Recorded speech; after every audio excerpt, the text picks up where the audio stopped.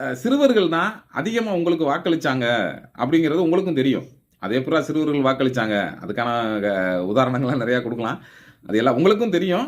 அவங்க தான் உங்களுக்காக மெனக்கெட்டதுல சிறுவர்கள் தான் அதிகம் அப்படிங்கிறது. அந்த சிறுவர்களுக்கெல்லாம் நல்லது செய்யணும் அப்படின்னு நெனச்சீங்கன்னா, நான் பள்ளி கல்வித்துறைய டெவலப் பண்ணலாம். அ இப்போ அ இப்ப டெவலப் பண்றதுன்னா, நீங்க எதையாவது செய்றீங்க. இப்ப பள்ளி கல்வித்துறைக்கு அதாவது அரசு பள்ளிகளுக்கு பூரா எதையாவது செய்றீங்க அப்படின்னா, அத அவங்க முழுமையா செயல்படுத்த முடியாது. ஏன்னா, எனக்கு தெரிஞ்சு இந்த ஆர்ஓ வாட்டர்லாம் நெறையா பண்ணாங்க. எனக்கு ஒரு சமயம் பள்ளிக் கல்வித்துறையில வந்து அதாவது அமைச்சரா இருந்த செங்கோட்டையன் அவர்கள வந்து நான் மீட் பண்ணி அப்ப பேசும்போது அவங்க நெறைய சொன்னாங்க. அப்ப வந்து இதெல்லாம் நாங்க செயல்படுத்த போறோம் அப்டின்லாம். அதெல்லாம் அதுக்கப்புறம் கடைசியா வரவே இல்ல அது. இதெல்லாம் செய்றோம். நம்ம அரசு பள்ளிய வந்து நவீன பள்ளியா நாம மாத்தப் போறோம் அப்டின்லாம் சொன்னாங்க. அப்ப அதெல்லாம் முடியவே முடியாது. ஏன் அப்டின்னா, அத அத நீங்க குடுக்குறீங்க. நெறைய இடங்கள்ல சுத்திகரிக்கப்பட்ட தண்ணீர் மிஷின்லாம் இருக்கு. என்ன? அங்க அந்த மிஷின்லாம் பழுதடைந்து அப்படியே கிடக்கு. நெறைய இடங்கள்ல சேர் இல்ல. நெறைய இடங்கள்ல நெறைய கம்ப்ளைண்ட் இருக்கு.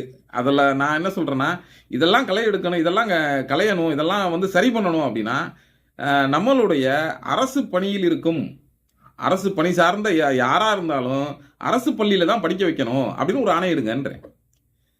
கண்டிப்பா அரசு பள்ளிகள் எல்லாமே செம்மையா ஆயிரும். நல்ல டெவலப் ஆயிரும். அது எப்புட்றா அரசு பள்ளியில அப்படின்னு சேர்ந்தா மட்டும் போதுமா அப்படின்னா, அரசு பள்ளியில சேர்ந்தோம் அப்படின்னா, இப்ப எம்எல்ஏ உடைய பையனும், அமைச்சரோட பையனும் அங்கே தான் படிக்கிறான் அப்படின்னா, கண்டிப்பா அந்த ஸ்கூல் ஆசிரியர்கள் எல்லாருமே மெனக்கெடுவாங்க. அப்ப அத டெவலப் பண்ணணும். இத கொண்டு வரணும். இத செய்யணும், அத செய்யணும்னு அவங்க நெனப்பாங்க. கண்டிப்பா அந்த ஸ்கூலும் டெவலப் ஆகும் அப்படிங்கிறது தான் என்னுடைய கணக்கு. நம்ம நார்மலாவே பாருங்களேன், பிள்ளை வந்து என் பிள்ளை வந்து சொல்லுதுன்னா, அப்படி போய் ஸ்கூல்ல போய் என்னங்க இப்படிலாம் இருக்காம்ல அப்படின்னு கேட்பானா இல்லையா? அப்ப கேட்கத்தான் முடியும் என்னால. இதே அமைச்சரோ எம்எல்ஏவோ போனா அத சரியே பண்ணிட்டு வந்துரலாம். அப்ப இந்த ஸ்கூல் வந்து செம்மையா டெவலப் ஆயிரும். நீங்க அந்த சின்ன சின்ன பசங்களுக்கு இதெல்லாம் செஞ்சீங்கன்னா, நாளைய எதிர்காலம் வந்து நல்லா இருக்கும். ஏன்னா இங்க இருந்து தான் ஒரு சமுதாயம் உருவாகுது. அந்த சமுதாயத்த உருவாக்குறது நீங்களா கூட இருக்கலாம். சரியா? இது என்னுடைய வேண்டுகோள், என்னுடைய கோரிக்கைன்னு கூட சொல்லலாம். ஏன்னா எல்லாருமே ஏத்துக்குருவாங்க. எல்லா தரப்பட்ட மக்களும் கண்டிப்பா முழுமையான ஆதரவு இதுக்கு கிடைக்கும் அப்படிங்கிறது நான் சொல்லிக்கிறேன். அதான் உண்மையும் கூட. இப்ப செய்ய முடிஞ்சா தான் இது சாத்தியம்.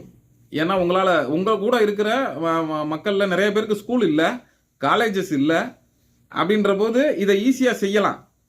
ஏன்னா இதற்கு முன்னே சரி அதெல்லாம் பேசல. இப்போதைக்கு உங்களால மட்டும்தான் அது சாத்தியம்னு நான் நினைக்கிறேன். ஏன்னா எல்லாத்தையும் வந்து தைரியமா சொல்லலாம். எத்தனையோ முதலைகள் உங்களை வந்து சீண்டுவாங்க. எத்தனையோ முதலைகள் வந்து உங்களை வந்து பார்ப்பாங்க. இப்படிலாம் மாத்தாதீங்க, இப்படிலாம் செய்யாதீங்க அப்படின்னு சொல்லுவாங்க. ஆனா அதெல்லாம் பொருட்படுத்தாம மக்களுடைய ஆதரவு இருக்கணும் அப்படின்னு நினைச்சீங்க அப்படின்னா, இத ஒரு தைரியமா செய்யுங்க. கண்டிப்பா உங்களுக்கு மக்களுடைய சப்போர்ட் கண்டிப்பா இருக்கும்.